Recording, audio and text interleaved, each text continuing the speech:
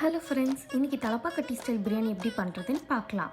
அதுக்கு மல்லி, பெப்பர், சீரகம், சோம்பு,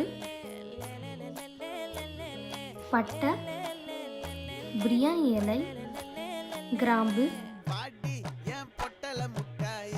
கார்டமம், கடல் பாசி, அது கூடவே கொஞ்சம் கேஷ்யூஸ் இதெல்லாம் போட்டு நல்லா கிரைண்ட் பண்ணி ஒரு நல்ல ஃபைன் பவுடர் ஆக்கிக்கோங்க. அடுத்து அந்த மிக்சியில் சின்ன வெங்காயம் ஒரு 10-15 எடுத்துட்டு அது கூட இஞ்சி, பூண்டு, மல்லி இலை, பச்சை மிளகா, புதினா இலை இதெல்லாம் அரைச்சி ஒரு பேஸ்ட் ஆக்கிக்கோங்க.